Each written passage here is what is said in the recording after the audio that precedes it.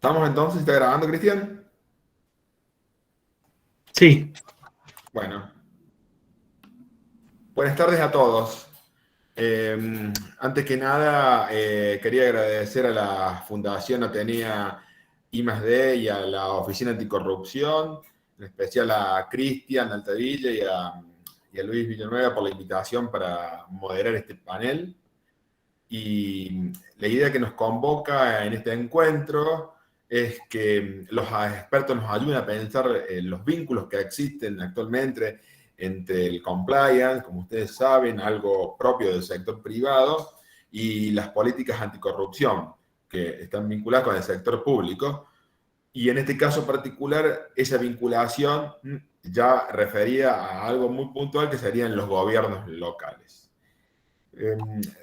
Yo soy de la idea que el buen compliance tiene algo para enseñar, eh, especialmente las prácticas virtuosas que no son habituales en la anticorrupción estatal tradicional. Me parece que pueden aportar visiones, especialmente en lo que refiere a la importancia del análisis previo de riesgo de corrupción, cómo prevenirnos, la relevancia de la planificación basada en riesgo y el abordaje integral de esta problemática, así como también nos puede aportar las soluciones a medidas para cada organización. Por eso es muy importante que debatamos y veamos las distintas visiones y en particular creo que nos puede llegar a aclarar cómo el public compliance podrá cuadrar adecuadamente en el ámbito estatal, en especial en el ámbito estatal de los gobiernos locales. En concreto, cómo podemos servirnos de sus herramientas y técnicas y si estas van a ser trasladables o van a requerir una adaptación específica para este traslado. Para eso hoy vamos a contar con dos especialistas que nos van a ayudar a dilucidar esto.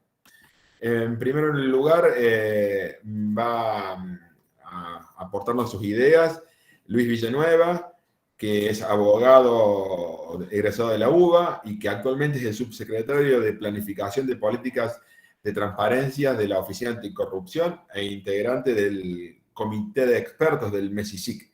Además, Luis es docente del Instituto Nacional de Administración Pública y de la Universidad Nacional del 3 de Febrero y anteriormente ha desempeñado diversos cargos, como ha sido director de comunicación institucional del Ministerio Público Fiscal de la Nación, así como también coordinador de políticas preventivas en la Dirección de Transparencia del Instituto, de la Dirección de Transparencia Institucional del Ministerio de Seguridad de la Nación. Luis, somos todos oídos. buenas tardes a todos, a todas, ¿qué tal? ¿Cómo les va? Voy a intentar hacer una presentación. Muchas gracias a los organizadores por el espacio y el tiempo para poder iniciar esta conversación el día de hoy. Más allá de lo que expongamos, nuestro objetivo, como ahí recién decía Rodrigo, tiene que ver con generar conversaciones, ¿sí? Debates de ideas y de propuestas nos sirven muchísimo para la gestión pública, pero además creo que nos sirve a todos y a todas para pensar, cualquiera sea nuestro ámbito de trabajo, en algún tipo de organización, público, privada, gobierno local, a los efectos de un poco esto de cruzar ideas, cruzar miradas, a los efectos de enriquecer la manera en la cual podemos llegar a gestionar cada uno de nuestras áreas de competencia. Hago una presentación, voy a usar una presentación, si puedo, esto no lo hice antes, así que si puedo hacer esto.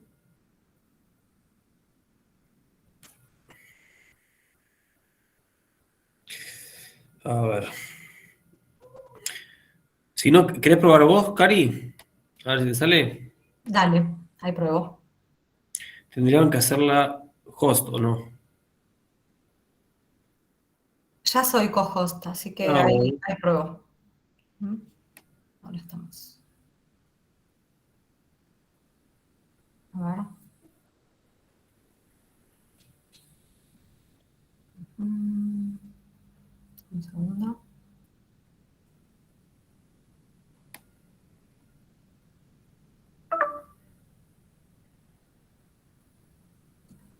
Ahí se ve.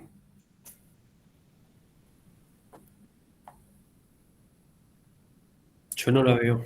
¿No? Esperamos No, un- Karina.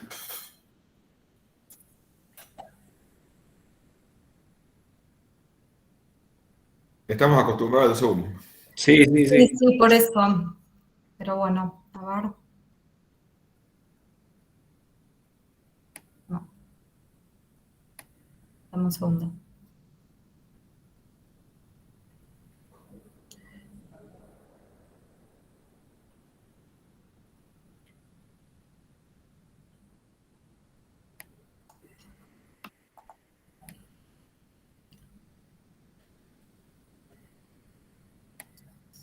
¿Ahí yo estoy compartiendo ahí o no? No, ¿no? Sí. Ahora sí. Ahora sí, Está. Ahora sí. sí, Perfecto. entiendo, Muy lo bien. lograste. Bueno, discúlpenme por la Ahí está perfecto. Ahí está perfecto. Bueno. Doctor, disculpe, Sí. todos los co-hosts pueden compartir pantalla, así que bien abajo como en el Zoom está la presentación de compartir pantalla y lo pueden hacer para todos, así que Sí, creo cualquiera que que lo quiera. logré. Creo que lo logré. Lo lograste. Bueno, no fue fácil igual. Bueno, a ver, nos gusta empezar por los acuerdos, ¿no?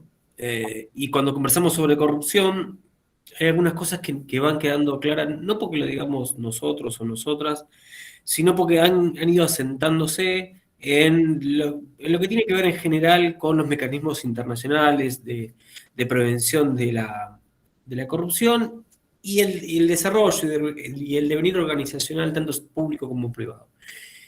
Y el primer acuerdo que llegamos tiene que ver con la definición de corrupción como un fenómeno complejo, que obedece a muchas causas y que en general tiene que ver con la vinculación entre el sector público y sector privado, los efectos de obtener algún beneficio eh, personal, ¿sí? Por encima del interés público, en el caso de funcionario público, y un interés que en todo caso puede ser personal y puede estar bien, pero por encima de lo que establece la ley.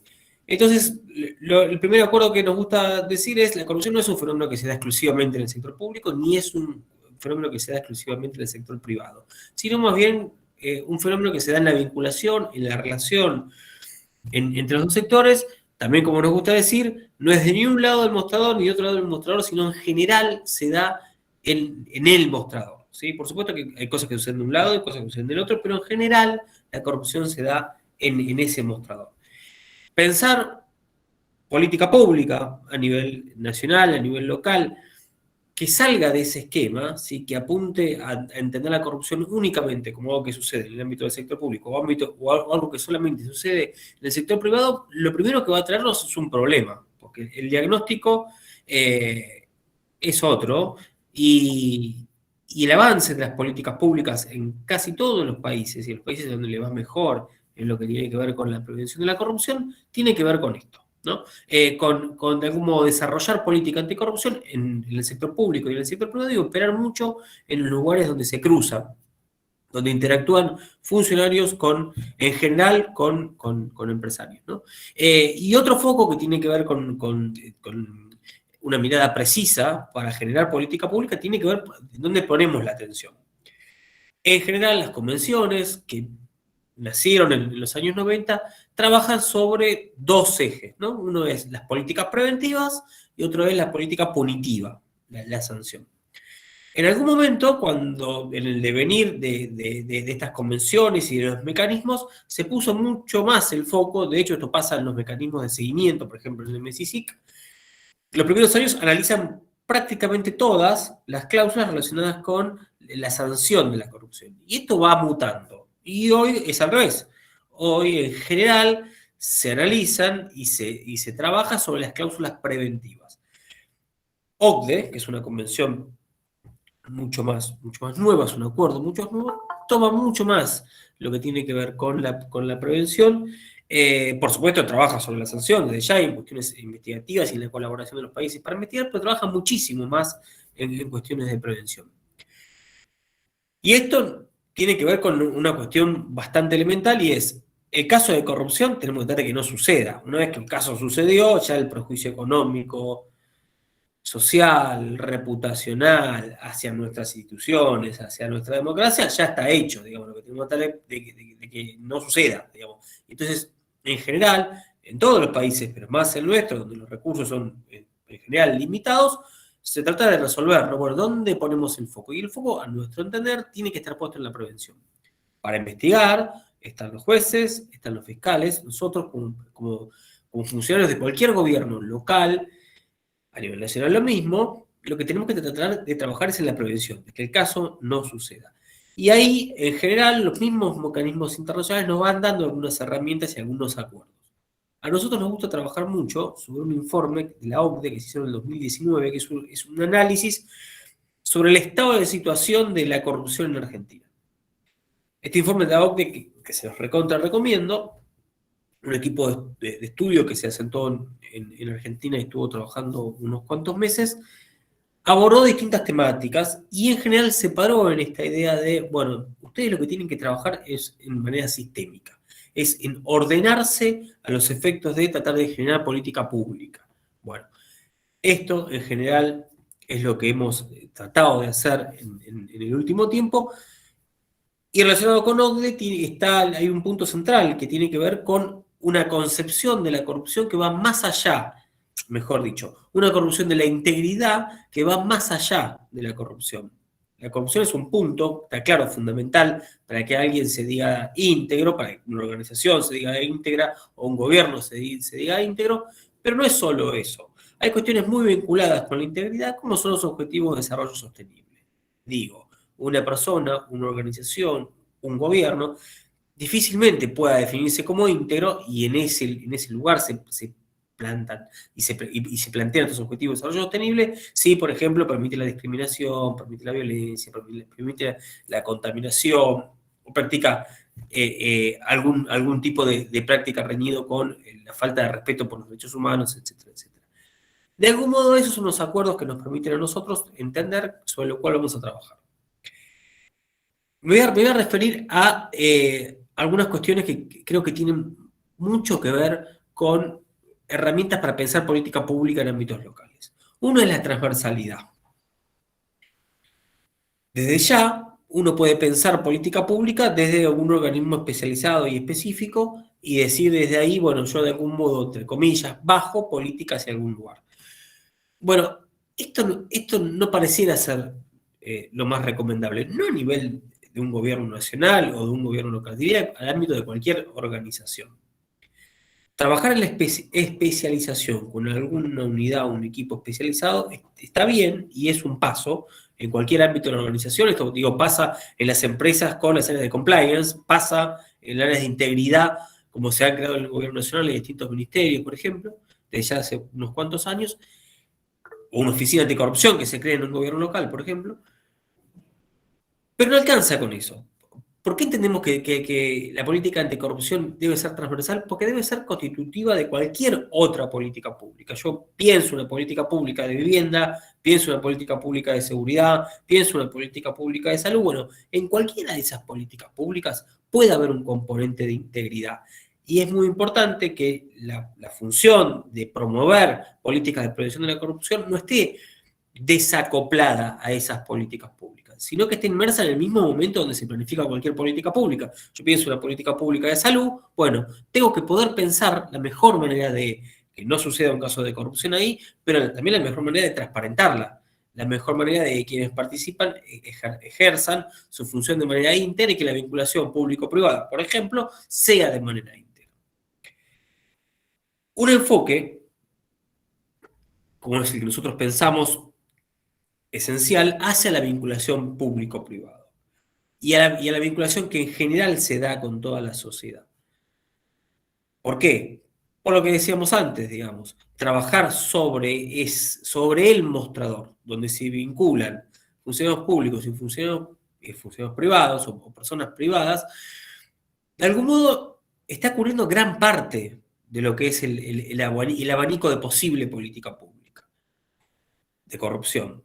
Puede haber caso de algún funcionario que cometa algún caso de corrupción totalmente desvinculado del sector privado, pero pareciera más bien es la excepción, digamos. La mayoría es porque de algún modo tomó o se apropió o se vinculó de una manera que no debía con un actor del sector privado. Lo mismo con el sector privado, hay prácticas que se denominan corruptas o de criminalidad económica que suceden solamente en el sector privado. Una colusión, por ejemplo, en una compra o contratación pública. Pero en general esa colusión se va a dar de la mano de algún funcionario que la habilitó, digamos. Solo para dar un ejemplo de por qué es tan importante trabajar en el mostrador. El tercer enfoque tiene que ver con cómo lo hacemos. Y hay dos cuestiones sobre las cuales nosotros queremos que cualquier gobierno local o nacional tiene que trabajar, que es el desarrollo de tecnología, digamos. Pensar que vamos a prevenir la corrupción con herramientas del siglo pasado, que no son herramientas de hace 20 años, digo, cuando explota el desarrollo de la tecnología y en un momento en el cual casi todo sucede en pantallas, sucede en celulares y sucede en lugares fuera de lo concreto, digamos, del papel, donde se cruza información. Bueno, pensar política pública para prevenir la corrupción, que sucede de esa manera, con herramientas que son de otra manera, pareciera inapropiado. Y lo otro tiene que ver con la manera en la cual se construye política pública. Y la manera, a nuestro modo de ver, que puede tratar de colaborar en que un caso de corrupción no suceda, es la mirada pública, es la acción colectiva, le decimos nosotros, la construcción de política pública en cualquier momento, con una mirada plena de la sociedad en todo momento, ¿sí? Trabajar sobre gobierno abierto, sobre acceso a la información pública, y no solamente eso, digamos, trabajar en la participación colectiva directa, en el nacimiento y en el desarrollo de una política pública, son cuestiones que, a nuestro modo de ver, son esenciales para prevenir la corrupción. Voy a volver al informe ese que les comentaba de antes, ¿no? ¿Y qué es lo que dice? Bueno, dice, Argentina de lo que carece es de un sistema nacional de integridad. Lo que falta es sistemas. Suceden buenas ideas de manera aislada, descoordinadas, y a veces superpuestas. A veces no son buenas ideas, es la falta de idea precisamente porque hay una desconexión entre los organismos públicos. De lo que se trata esa propuesta es de crear un sistema, de que coordine los organismos de control. Nosotros en este sentido avanzamos en la creación de una mesa nacional de integridad en la cual participan organismos públicos de control. Esto es algo que perfectamente puede suceder en un gobierno local, digamos. No es porque tengan organismos que de algún modo promuevan política pública a otra escala, no impida que no coordinen, ¿sí? O sea, áreas de control, digo.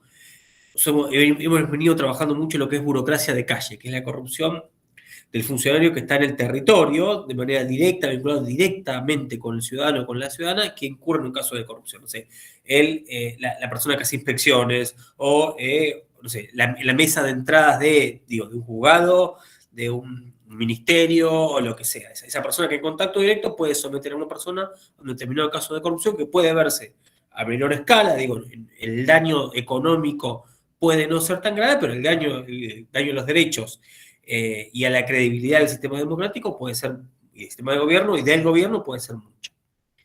Esto puede perfectamente implementarse a nivel local. Nosotros hemos venido trabajando en el desarrollo de áreas especializadas muy parecidas a las que existen en las empresas, en las áreas de compliance en las empresas, en los ministerios. Hoy casi todos los ministerios tienen un área de este tipo, y donde no hay un área hay un enlace de integridad, una persona que se vincula directamente con la oficina. Es imposible pensar que una oficina como la nuestra, que no tiene más gente trabajando de la que tiene un área de compliance en una empresa multinacional, por ejemplo, va a hacerse cargo, va a llegar a la inmensidad de un Estado nacional. Es imposible pensar eso. De lo que se trata es de, precisamente como decíamos al principio, de generar capilaridad.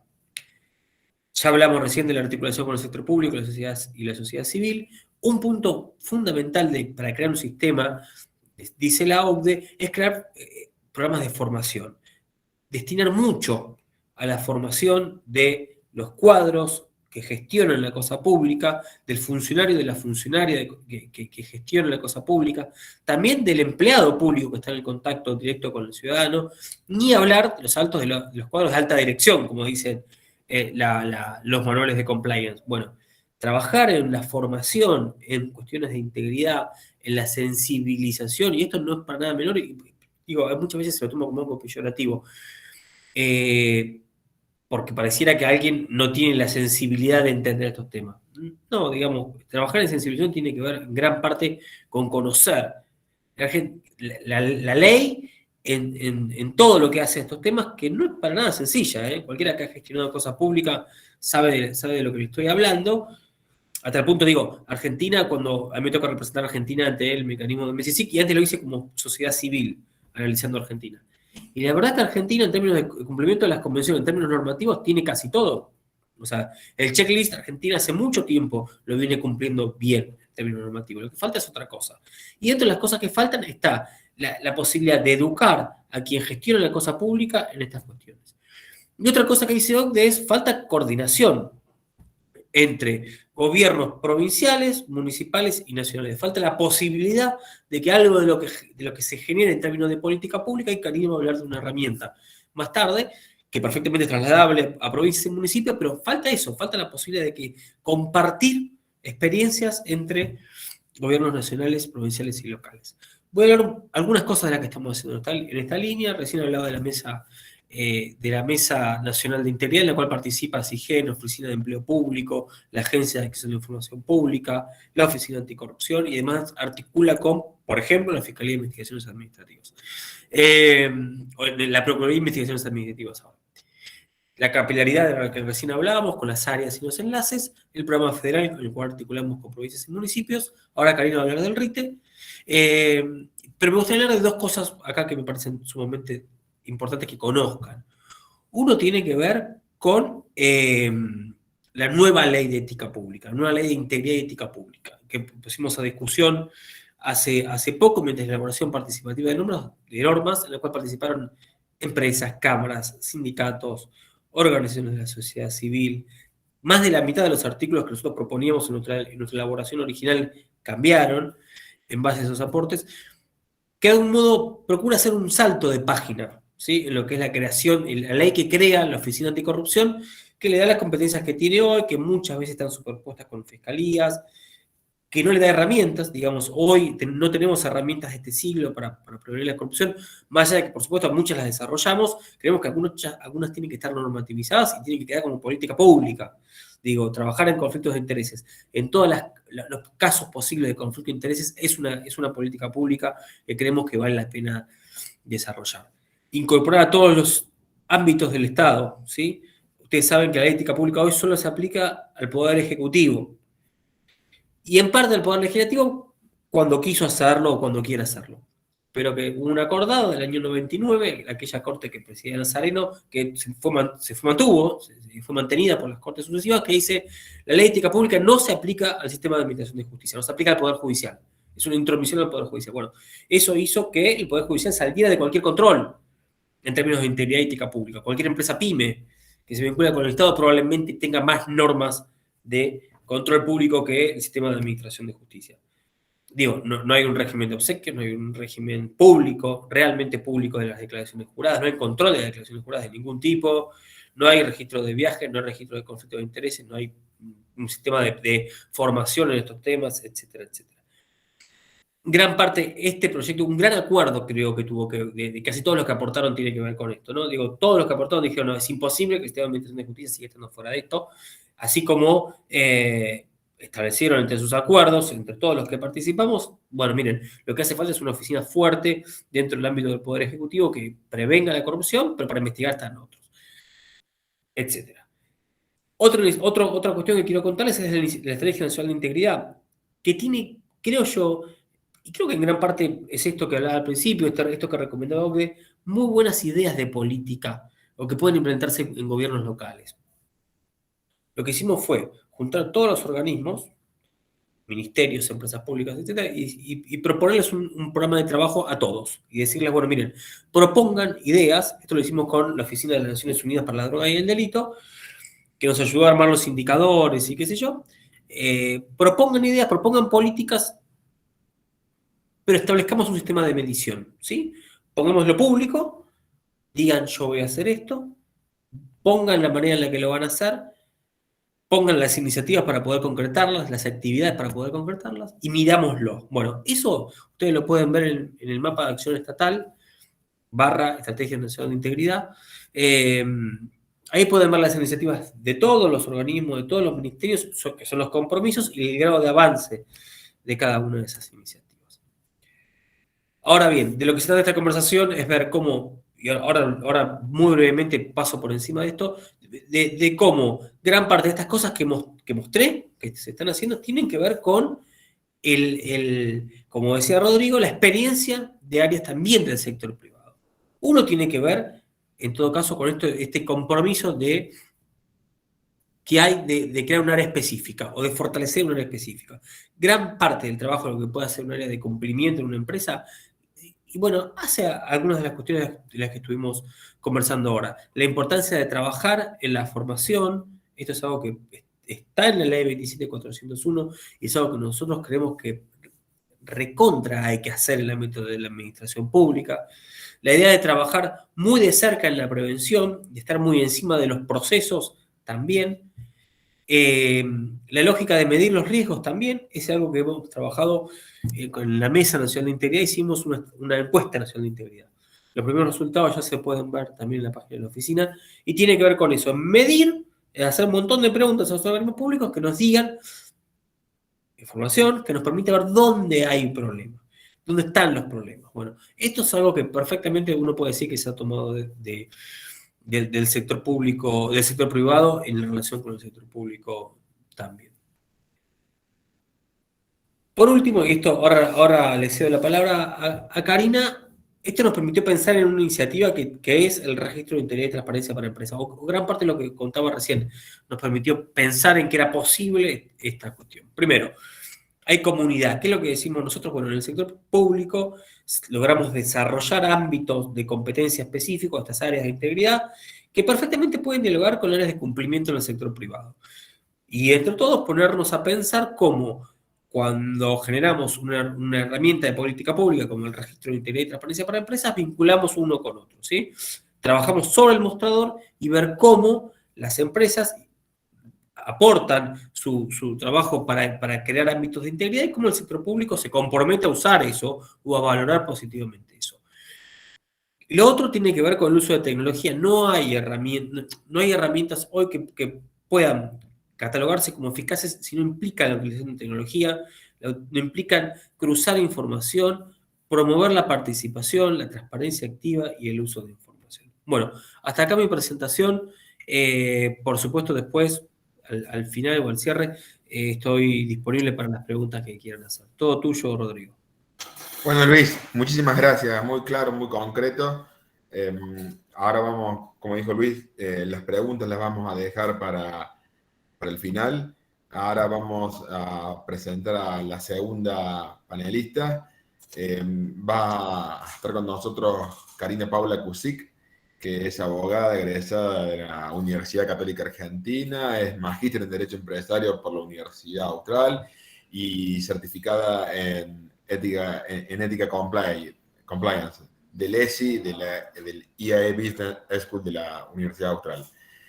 Actualmente ella es consultora del BID y del PNUD y asesora legal de empresas, como también es socia de la Asociación Argentina de Ética y Compliance y miembro activa de Women in Compliance Argentina, y actualmente también se desempeña como docente en la UBA.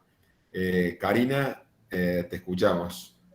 Bueno, muchas gracias a todos por la invitación, por estar acá escuchándonos en este tema que es tan interesante, ¿no? Y tan de actualidad.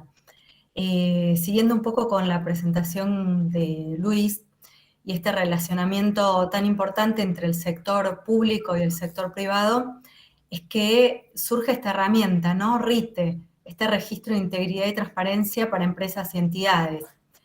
Esta herramienta, que es una iniciativa de la Oficina Anticorrupción, tiene el apoyo del BID, del Banco Interamericano de Desarrollo, que colabora con el diseño e implementación de la herramienta, y también de PNUD.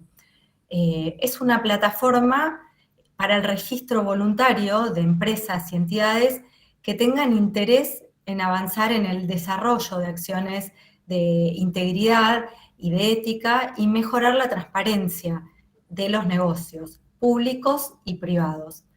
Esta herramienta tiene determinadas características específicas de nuestro país, pero no es una herramienta totalmente original, sino que se basa en experiencias regionales previas a la de Argentina. Específicamente se tomó como antecedente el Padrón de Integridad Empresarial de México, que es una experiencia que ya está en vigencia desde hace aproximadamente 2 años y medio, y también toma como base pone su énfasis en este relacionamiento entre el sector público y privado, y de esta manera también crea un registro en el cual se pueden inscribir de manera voluntaria y gratuita las empresas para poder mostrar sus desarrollos de integridad.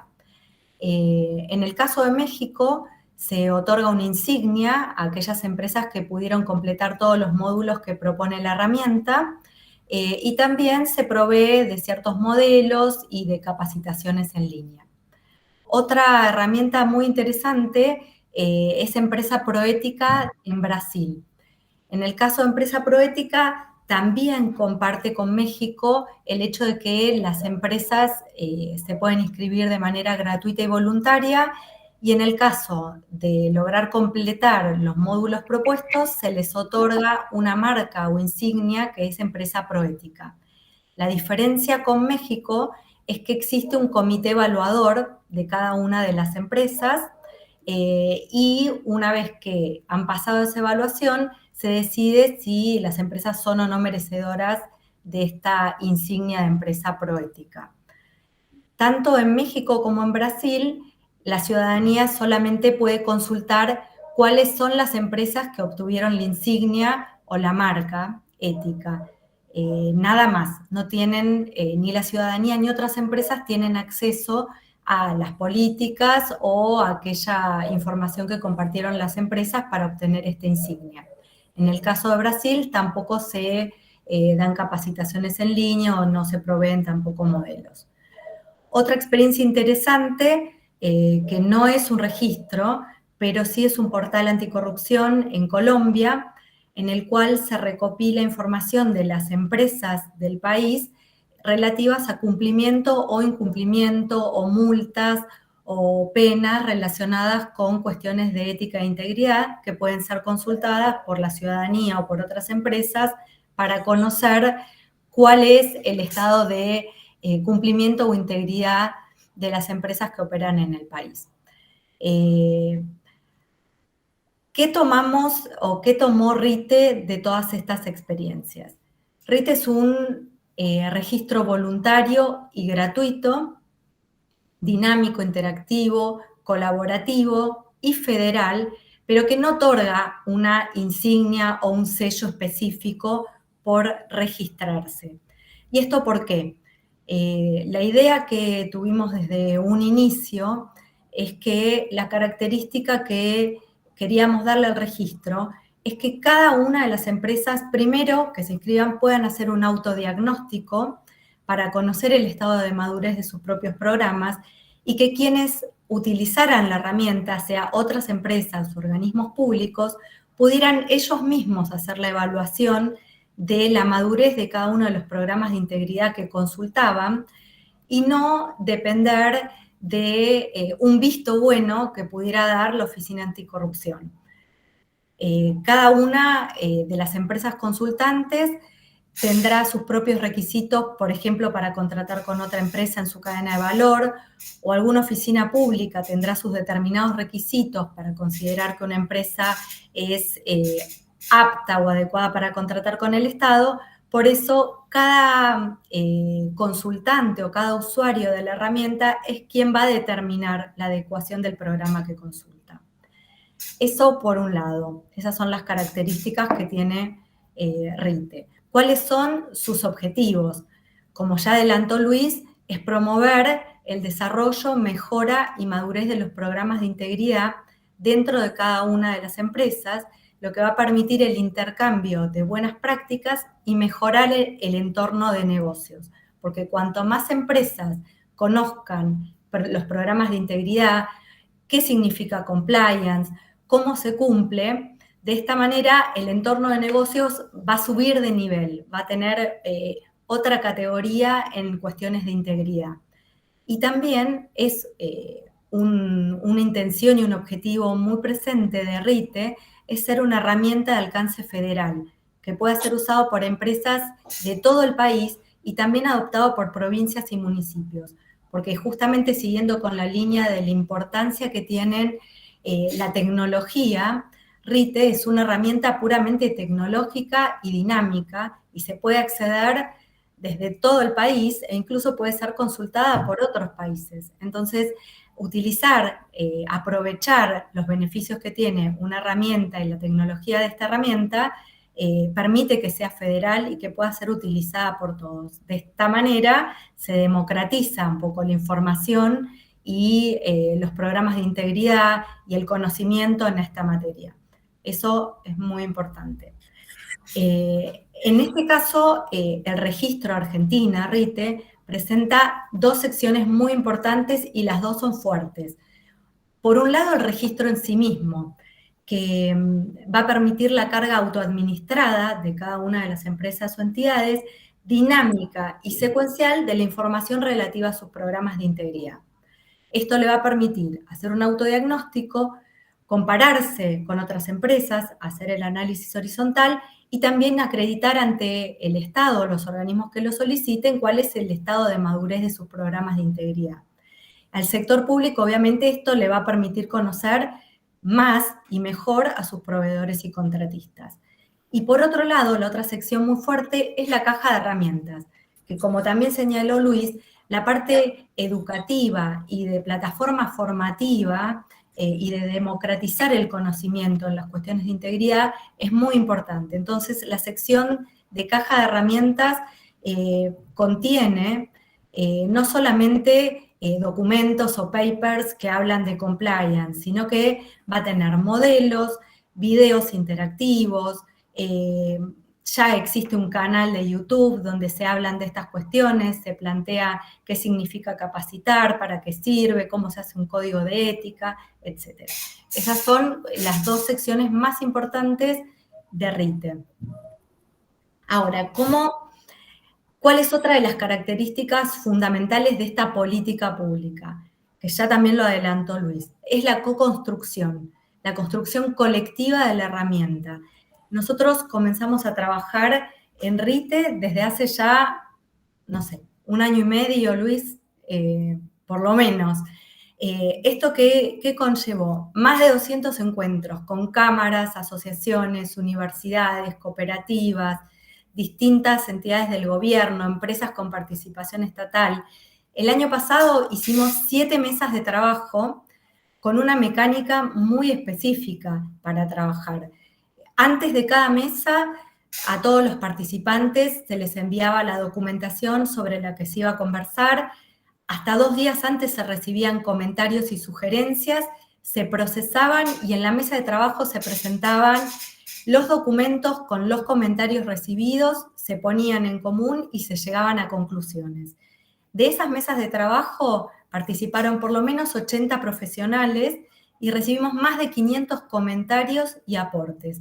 Y todos esos comentarios fueron procesados y muchísimos de ellos fueron incorporados a la herramienta, que fue mutando con el tiempo y a medida que se fue compartiendo esta idea de participación y co-construcción y participación colectiva, nos llevó a la herramienta que tenemos hoy, en la que incorporamos muchísimas opiniones y distintas visiones del mundo empresario, del sector público, de la academia. Así que bueno, en ese sentido estamos muy orgullosos de la forma en que se construyó la herramienta y que me parece que es algo a destacar y que es una fortaleza muy importante del registro. Respecto de cómo funciona, no quiero tomar muchísimo tiempo, pero la parte más importante del registro, en cuanto a registro, es el módulo de carga de datos de programas de integridad. En este caso, como les dije, se carga información de manera autoadministrada, cada empresa ingresa la información propia de manera dinámica y secuencial, se aportan o se contestan preguntas referidas a estos elementos que pueden ver en la filmina, que van de la mano con los elementos requeridos para un programa de integridad por la Ley 27401 de responsabilidad penal de las personas jurídicas. Se hacen preguntas referentes a evaluación de riesgos, a políticas y procedimientos, capacitación y comunicación, compromiso de la alta dirección, debida diligencia en procesos de transformación societaria, debida diligencia de terceras partes, incentivos y medidas disciplinarias, función de cumplimiento, gestión del canal de denuncias, mejora continua, pruebas periódicas y revisión. Cada uno de estos elementos tiene un enlace a la caja de herramientas, en donde hay documentos explicativos de qué significa cada elemento, cómo ponerlos a la práctica, hay documentos, videos, diríamos, hay toda una serie de cuestiones que incluso vamos a continuar desarrollando porque la caja de herramientas es una sección que es viva y que siempre va a tener aportes y actualizaciones. Entonces, cada uno de estos elementos tiene este enlace. El registro funciona a través de niveles, un avance secuencial en niveles que se van a poder visualizar en una barra de avance que va a determinar si cada programa de integridad, en cuanto a su avance, es moderado, medio o avanzado. Esto se va a determinar, se va a visualizar, que lo vamos a ver en la próxima filmina, como un ejemplo solamente, cómo se puede ver el avance de una barra en la barra de herramientas, y en cada una de estas preguntas posiblemente también se requiere el aporte de documentación que evidencie que efectivamente se ha cumplido, por ejemplo, con una política, subiendo el código de ética de la empresa o acompañando un enlace a ese documento. También seguramente se va a requerir la actualización periódica de la información para que siempre esté actualizada. Y un tema muy importante es el acceso a la información que van a tener otros usuarios registrados en la plataforma. En este caso, se va a aplicar un criterio de reciprocidad. Es decir, que si una empresa está registrada con un nivel moderado de avance en su programa, va a poder ver a otras empresas que tengan el mismo nivel de avance en sus programas de integridad, es decir, moderados. Si una empresa tiene nivel medio, podrá ver la información y documentación aportada por otras empresas del nivel medio y moderado. Acá en esta filmina van a poder ver un ejemplo de cómo se ve la página y la barra de avance de los programas en moderado, medio y avanzado. A medida que se van completando los niveles, la barra se va oscureciendo hasta que esté completo.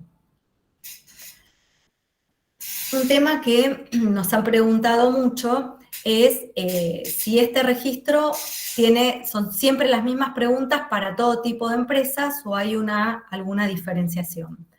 Las empresas, cuando inician su carga, se clasifican y existen 3 categorías de empresas: micro y pequeñas, mediana y grandes. De acuerdo a esta categorización que se realiza en la página, es que cada empresa va a seguir su propio camino crítico. Obviamente, a una pequeña empresa no se le puede requerir el mismo nivel de desarrollo de programas de integridad o inversión en programas de integridad que se le requiere a una multinacional. Y eso está contemplado en el registro.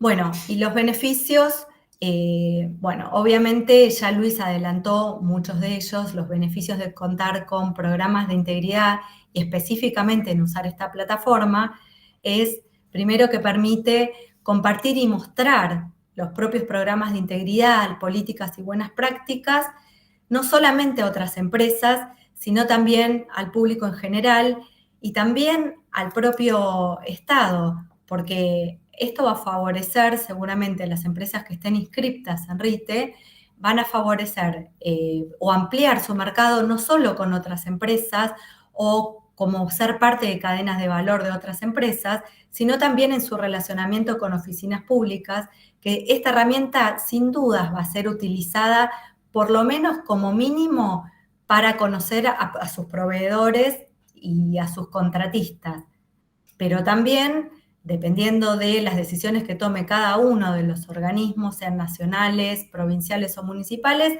tal vez sea un requisito obligatorio en algunos casos, o un requisito que sume puntos para una licitación, pero va a ser una herramienta de consulta sin duda para oficinas del Estado. Por supuesto que también esta herramienta va a servir o contribuir para la implementación de la Ley 27401, por lo que les adelanté, y también abrir mercados, mejorar la transparencia de los negocios y, bueno, crear un entorno de negocios más transparente, abierto y ético. Así que, bueno, acá primero gracias por el tiempo y tienen la página de rite.gov.ar que pueden consultar, que ya está en línea, pueden navegarla, conocerla y también hay un simulador que pueden utilizar para ver cómo se carga el módulo de carga de programas de integridad. Bueno, Karina, muchísimas gracias. Muy clara la exposición. Y acá ya tenemos algunas preguntas que se las voy a transmitir. Marcelo Gaviglio está preguntando por qué las dependencias públicas no tienen instrumentado ningún procedimiento de compliance. ¿Querés que la tomo yo, Rodrigo? ¿Cómo? ¿La tomo yo? Sí, tomala vos, Luis, sí. Hola, Marcelo, ¿cómo andás? Bueno, en realidad nosotros estamos promoviendo desde hace un tiempo ya la creación de áreas de cumplimiento en cada uno de los organismos públicos más importantes. No sé, la Dirección de Transparencia del Ministerio de Obra Pública, por ejemplo, Dirección de Transparencia en qué sé yo, no sé, el Ministerio de Salud, etc. Gran parte del trabajo que haría un área de cumplimiento, lo que podría decirse que haría un área de cumplimiento en una empresa privada, es lo que hacen esas áreas de los organismos públicos. Solo para darte un ejemplo. El Ministerio de Obras Públicas con su área específica de transparencia, su dirección de transparencia institucional, trabajó, por ejemplo, en el mapa de la obra pública, en el observatorio de la obra pública, en un proyecto de ley nuevo de obra pública. Todo un sistema de reforma del aparato tecnológico que implica el monitoreo de las obras públicas, lo mismo. Hay algo de la especialización y de conocer el lugar donde uno trabaja que nosotros creemos que tiene un valor muy importante, muy importante. Es lo mismo un área de cumplimiento en una empresa que se dedica, no sé, a la minería, que en una que se dedica a, yo qué sé, no sé, que vende alfajores. No, de ninguna manera, los riesgos son completamente distintos. Bueno, en gran parte lo que promovemos con estas áreas y lo que promovemos con la Estrategia Nacional de Integridad, que yo te invito a que mires en el mapa de la acción estatal, es eso, es que cada organismo con un área especializada promueva política pública para el lugar donde se desempeña, con los riesgos que tiene, con los actores con los cuales interactúa. Que puede ser completamente distinto, digamos, son las mismas empresas, el riesgo de las mismas empresas con las cuales interactúa un ministerio como el de Obra Pública, empresas constructoras grandes, que no sé qué sé yo, el Ministerio de la Mujer, no, está claro que no. Y el volumen de compras es completamente distinto, y el volumen de interacción es completamente distinto, los riesgos son totalmente diferentes. En gran parte podemos llegar a decir que aquello en lo que se puede llegar a parecer, bueno, ahí estamos nosotros trabajando en la articulación precisamente con la idea de generar política pública transversal, una nueva ley de ética pública, esto del registro de transparencia para empresas, o la plataforma para el monitoreo de actividades anteriores y posteriores al ejercicio de la función pública, o un nuevo sistema de declaraciones juradas, etcétera, etcétera. Para lo común está eso. Después la especificidad en gran parte está pensada y planificada de manera colaborativa con cada una de las áreas de los ministerios. Muy claro. Marcelo, ¿respondida? Sí, claro, doctor, gracias. Sí, está suficientemente respondida la pregunta, pero hay una observación que quiero hacer, ¿no? En muchas dependencias del Estado, los que de alguna manera, entre comillas, cumplen alguna tarea similar al compliance, vendrían a ser las áreas legales, que dictaminan previo, por ejemplo, a la adjudicación de una licitación sobre la calificación del proveedor o de los distintos proveedores y sobre el proceso mismo de adjudicación.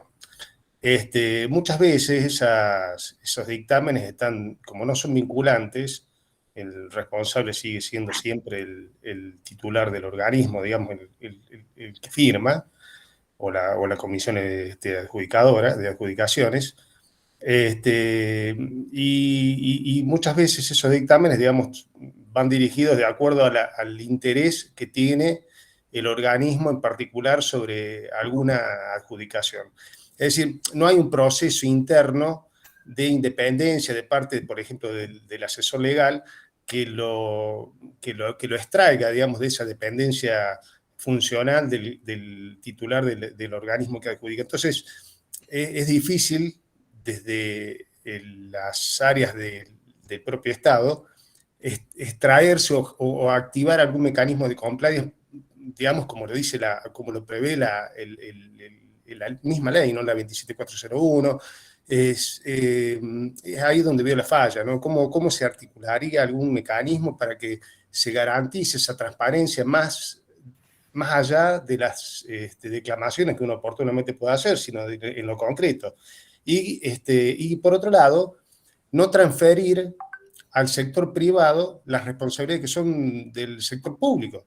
Es decir, cuando hay corrupción, cohecho, ese tipo de delitos, más allá del otro, que es el previsto creo que es el inciso D de la 27401, que es el de los balances falsos, que sería propiamente de la empresa. En aquellos donde interviene el Estado parecería como que hay una transferencia de responsabilidad hacia el privado, cuando en realidad es nosotros, o sea, la sociedad delega en el Estado justamente todo ese poder de policía o de hacer las cosas con transparencia, ¿no? Son los dos problemitas que veo. O sea, un poco, digamos, la falla en el sistema, en la articulación de políticas de transparencia internas a través de un compliance en las empresas o en el Estado, y lo otro, la dificultad, digamos, para llevarlas adelante, ¿no? Relacionado a lo que estaba hablando Marcelo, yo quería preguntarles si ustedes conocen los grados de avance que hay en los gobiernos locales, tanto en las provincias y en los municipios, respecto a la implementación de este tipo de políticas. Especialmente, por ejemplo, si las provincias están estimulando a sus contratistas a que realicen programas de integridad o de compliance. Si hay casos concretos. Mirá, en general, Rodrigo, el avance en la aplicación de la ley es poco. En Argentina, así como te decía antes, de que hay un checklist alto, hay poco desarrollo después del cumplimiento de la ley o en términos locales de las normas anticorrupción. Porque muchas veces... Acá Jorge White nos estaba apuntando justamente que en Mendoza, sí, en Mendoza hay. Sí. Y Santa de hecho, Cruz creo que en algún momento tuvo alguna idea así o un proyecto. en realidad Mendoza es el único que, entre comillas, adhirió a la ley de responsabilidad penal de las personas jurídicas. Y tiene una ley local que está buena, incluso toma mucho de los ODS y estas cuestiones. Después hay otros gobiernos locales que por ejemplo, están firmando la aplicación del registro de integridad y transparencia para empresas porque lo van a aplicar a sus proveedores. Claro. Está muy bien, Chaco, por ejemplo. ¿Municipios? Municipios hay algunos, pero también son muy pocos. Sí, sí. Pero déjame que te diga, yo también por cómo lo veo esto. Muchas veces pasa de que, puede ser de organismos internacionales y después el mismo defecto puede replicarse a nivel federal. Se aprueba una ley sin la posibilidad de que haya herramientas para aplicarla después. O no es tan sencillo imaginar que un gobierno local va a aplicar este tipo de leyes porque sí. Por eso también un poco, como bien contaba Karina, pensamos una herramienta trasladable. Nosotros tenemos una plataforma que si la ponemos a disposición de los municipios, miren, no necesitan nada para aplicarla. Nada. Claro. ¿Sí? Le damos un usuario, contraseña, y ustedes la empiezan a aplicar, creando ustedes la reglamentación que ustedes estimen, pero nada más. Pero digo, No, ahí difiero con una sola cosa. sí, En realidad sí necesitan recursos humanos y me parece que empezamos, ahí totalmente de está acuerdo. Por eso, el primer escollo. tal cual, por eso, digo, no es tan sencillo, no es tan sencillo, porque aprobar leyes y pedir que se trasladen no es tan sencillo. Digo, se requieren algunas cuestiones. Pero ahí, déjame aclarar una cosa a Marcelo. A ver, el área de compliance no tiene nada que ver con un área de compras. Ni en una empresa privada, ni en una empresa pública, y en un gobierno público. Digamos, está bien que sean cosas distintas. El área de legales hace una cosa, el área de compras hace otra cosa y el área de compliance hace otra cosa. En cualquier empresa privada, lo mismo debiera pasar en una empresa, una empresa pública o en un organismo público. ¿Por qué? Porque sí, porque las funciones son distintas. Y precisamente el área de cumplimiento está encima de eso y en todo caso tendrá que ver cómo generar herramientas, mecanismos, instancias de control, canales de denuncia, capacitaciones, actividades de sensibilización, todo esto que ya vimos, y de la que participe también el área de compras y también de la que participe el área de legales. Pero no es lo mismo. Y después no se trata de trasladar responsabilidades, porque digo, hay un montón de política pública que recién la que estaba contando, en el mapa de acción estatal se puede ver, es concreto, es tangible, se puede ver y está ahí, que es en el sector público. Pero después falta la parte de vinculación con el sector privado, y no es que es un invento que alguien hizo en Argentina donde traslada responsabilidades. En Alemania, hace muy poquito, corregime Cari, pero hace un mes más o menos, hubo una ley de la responsabilidad penal de las personas jurídicas que establece no solamente obligaciones respecto a la integridad, sino respecto al medio ambiente, respecto al género, Derechos humanos. a derechos humanos. Y hay un traslado de responsabilidad, no, lo que trata es que los Cuestiones negocios, de género también, ¿no? claro, y de los negocios públicos participan empresas públicas y participan empresas privadas. Participan organismos públicos, participan empresas privadas. Son cuestiones relacionales y de vinculación.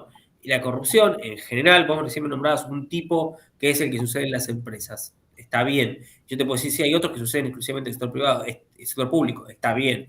Pero la gran mayoría va a saber que son de vinculaciones. Estar discutiendo si alguien pidió la coima o alguien la ofreció es medio casuístico, qué sé yo. No sé. Es que es un delito con sujeto activo y sujeto pasivo. Tiene que haber dos. No, diríamos, no puede haber una coima con un solo sujeto. Hay dos. Siempre. Exactamente. Así que el traslado de responsabilidad, según lo entienden las convenciones, los mecanismos, y viene desarrollándose en todos los países, es así. Pero no hay que verlo como un traslado, como que el sector público deja de tener responsabilidades. Al revés, tenemos más, muchas más. Digamos, ¿por qué presentamos una declaración jurada de bienes cuando entramos y cuando nos vamos todos los años? Porque tenemos más. Pero eso no implica que no haya responsabilidades del sector privado y sobre todo que haya un espacio de interacción donde vale la pena pensar cómo hacemos negocios íntegros y que sean eso, transparentes para todos. A lo mejor por su conocimiento, ¿conocen la experiencia internacional de estímulos que brindan los gobiernos centrales a los gobiernos locales para adoptar este tipo de políticas? Cari. Bueno. Es más, pregunto, es si los gobiernos locales de país, porque por ejemplo en la experiencia española, que parecería ser un poco más avanzada, pero en el caso concreto yo no sé si lo están aplicando como, a lo mejor simplemente es una declaración de voluntad. Mirá, eso es más una declaración de voluntad que otra cosa. Puede haber estímulos que tengan que ver con algunos beneficios que se pueden aportar fiscales o Claro. por adoptar determinadas políticas. Eso sí, puntualmente en el caso de RITE todavía eso no está, pero sí está como una posibilidad, sobre todo en estos casos los estímulos y los beneficios son siempre económicos los más tentadores. Por eso te digo el ejemplo fiscal, que puede ser uno de los estímulos y que tiene que ver con acuerdos entre distintos organismos, nacionales, provinciales y municipales, sobre los que hay que trabajar, más allá del estímulo propio de promover la transparencia y la ética, ¿no? Pero siempre los estímulos económicos como que empujan un poco más. Bien. La verdad que ha sido bastante interesante porque en esta interacción me parece que es donde surgen las mejores ideas y la conclusión más rápida a la que puedo llegar es que realmente todavía tenemos mucho para hacer, mucho trabajo y bueno, ustedes desde su lugar y nosotros del sector privado, me parece que cuestiones o reuniones como esta ayuda a que lo pensemos conjuntamente. Acá Marcelo Gabriel apunta sí que, bueno, para el caso de Argentina, el beneficio del previsto en el artículo 9 de la 27401. Sí, yo me refería sí, no es menor, pero ese es el estímulo Pero para ese es para evitar una pena, claro, claro. pero para la empresa que contrate con el Estado. Pero Lógico. yo lo veía del otro lado. Como, claro. ¿Cómo le hacemos? A ver, te lo pongo. ¿Cómo le hacemos cómo ponemos en la cabeza de un intendente, por ejemplo, que tiene que adoptar medidas de transparencia y anticorrupción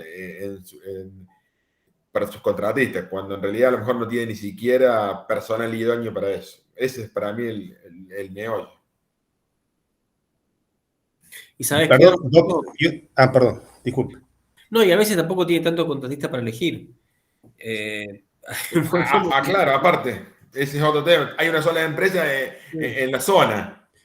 Y hay otra cosa más, Doc, discúlpeme que me meta, ¿no? Pero es decir, el espíritu de la ley de la 27401 es que toda la concatenación de proveedores, o sea, cuando uno contrata un proveedor, el subcontratista y el tercero subcontratado, todos tengan un programa de cumplimiento, o sea, todos participen del mismo proceso de transparencia, si no se cae en el proveedor principal, digamos, en el adjudicatario. Exactamente. Bueno, ese sería cómo implementarlo en localidades tan chicas o en provincias, incluso como acá en Córdoba, ¿no? Acá Cristian justamente pregunta en ese sentido, porque dice, ¿cuáles son las principales resistencias que encuentran en los gobiernos locales para adoptar este tipo de medidas de compliance y anticorrupción? Yo creo que cuando, lo que decía al principio, digamos, cuando uno provee herramientas, la resistencia cede, digamos, en general.